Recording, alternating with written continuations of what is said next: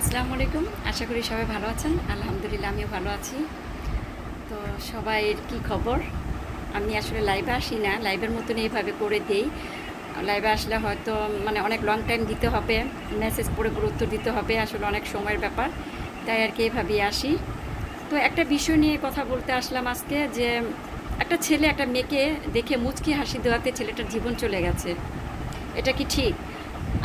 আজকাল এটা তো অনাহারে অনেক আগের থেকে হয়ে আসছে। ছেলেরা মেয়েদের দেখলে খোঁচা মারে, টিটকারি মারে, কত কথা বলে, কত ধরনের ডিস্টার্ব করে। আর একটা ছেলে শুধু একটা মেয়েকে দেখে একটা মুচকে হাসি দিচ্ছে, তাতে কি হয়েছে এমন? এর জন্য কি ছেলেটার জীবন চলে যেতে হবে?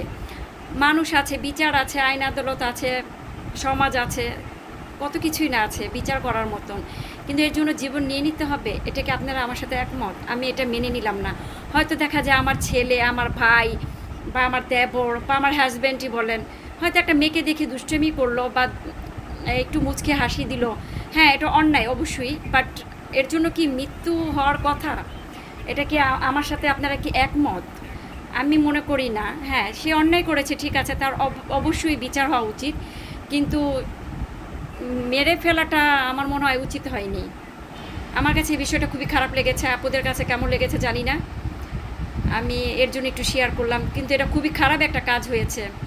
আল্লাহর বিচার তো আল্লাহ করবেই, সমাজের বিচারও সমাজ করে, আইনের বিচারও আইনে করে, কিন্তু একটা সামান্য বিষয় নিয়ে একটা ছেলেকে মেরে ফেলা হলো। তার ফ্যামিলিটার কি অবস্থা, কি কি যে একটা অবস্থা, আমি আসলে ফেসবুকে দেখে আমার খুবই খারাপ লেগেছে, খুবই, যে আসলে এটা এটা অনেক বড় অন্যায় করে ফেলেনি সে, যে মরেই যাবে, তাকে মেরে ফেলা হবে, এত বড় অন্যায় কিন্তু সে করে নাই।